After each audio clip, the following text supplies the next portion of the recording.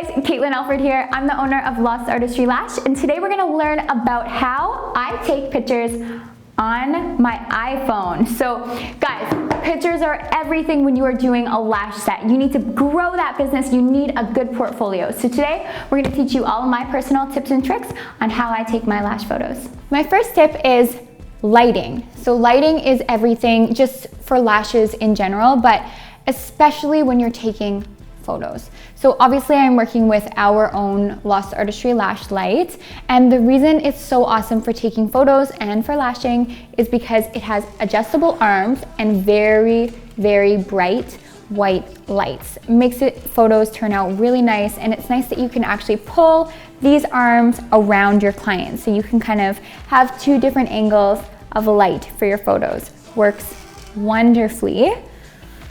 Before I start, I'll adjust the arms of the light to where I think would work really well, and then I'll hold my phone up and have a little look to see what it looks like, and by all means you can move it around while you're taking photos. There's no right or wrong here and no angle that will work best. Just kind of have to play around and see what will work best for the client at that particular moment.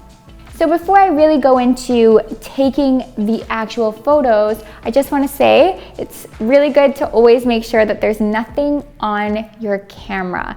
Sometimes if there's dust or something built up on the lens, then the quality of the photo will just be a little bit off. So just make sure you give it a nice quick wipe down before you start.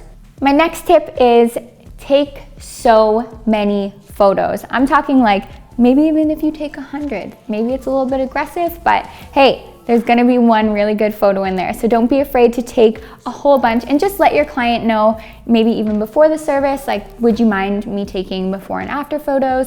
If you don't mind, I would like to take a ton of different angles. This may add a little bit of time to your service. So if you're okay with that, I would love to do so. And honestly, people are usually totally fine with it. And if they're not, it's usually because they don't want their full face being in the photo, and you can just reassure them that it is okay to only use one or two eyes for the photo. You don't have to have a full face photo. My next little tip is take before and after photos. It's really nice to make little collages of both before and after, so you can really see the difference that the set has made. Now let's get into the fun stuff. I'll show you some of my favorite lash angles. So you can take as many angles as you want. The only thing to keep in mind is that if you're gonna have that collage of before and afters, it's a really good idea to make sure that the photos that you're using are taken from the same angle. So we'll line up our full face photo. It's a really nice idea to use your grid for this, just so you can make sure that it's nice and balanced, because it's really easy to throw off the balance without. And you can just take a photo of that. Once you've got it all lined up, then you can come in and take a photo still straight of that one eye, and you can do the same on the other eye as well. And a nice touch with your phone is to actually turn it sideways. I find this makes a lash set look beautiful.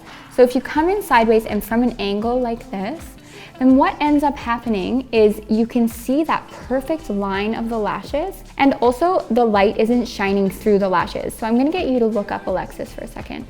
So when she looks up, and I hold my phone down here, you can see the base of the lashes here, and you can see all the light kind of shining through there. That really makes a lash set look wonky and it just doesn't do it any favors. But if I change my angle to here, then you can see how much darker those lashes look. I'm going to show you one more time. So down this way, they look a lot less dark down here. But if I change that angle up, they're looking much, much darker. And you can see those layers as well. Same with from the top.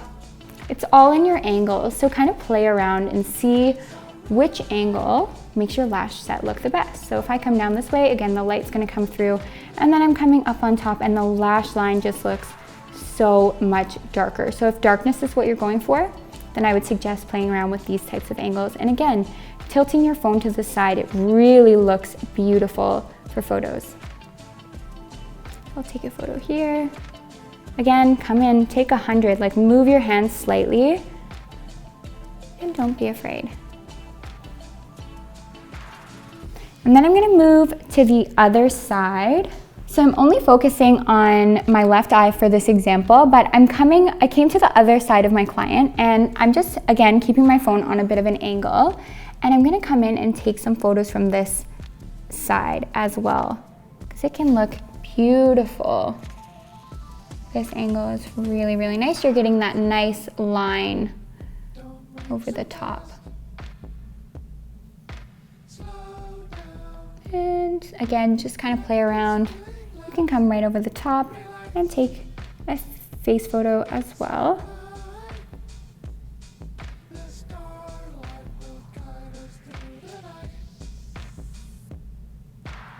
And you can always get rid of your grid for this as well. The grid is more for just taking full face photos so that everything looks nice and balanced.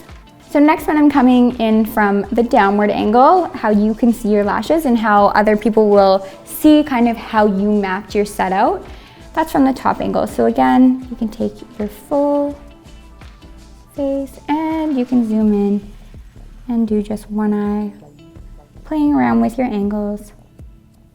And you can come in from the side, from the other side. And don't be afraid to tell your client if they're really squeezing their eyes together or something, don't be afraid to tell them, hey, do you mind just relaxing your eyes or moving your eyes from left to right or whatever so that you can see how they look, even just with how they're placing their eyes. So if they're looking like down or up or to the side, it does make a big difference. So it's definitely good to get your client involved and just let them know exactly what you want.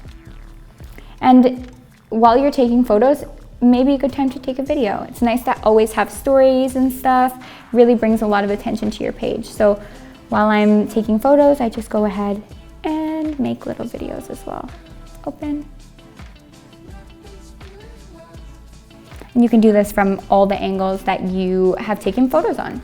So I find it best for those quick lash photos to have my model stay laying down, but it's always a nice option. If you want, you can have them standing next to a really nice background or something colorful, or have a plant over them. Actually, flowers are beautiful. You can always have them just hold a flower on the side of their face and it'll make certain colors will make the eyes pop and stuff. So that could be a really great option as well. It totally depends on the aesthetic that you're going for and kind of the theme that you want to have on your social media platform. So we've officially gone through how to take our photos on our phone, and I'll also make a video coming up really soon on how to easily edit these on your phone as well. If you like this video, show us some love by commenting, liking, and subscribing.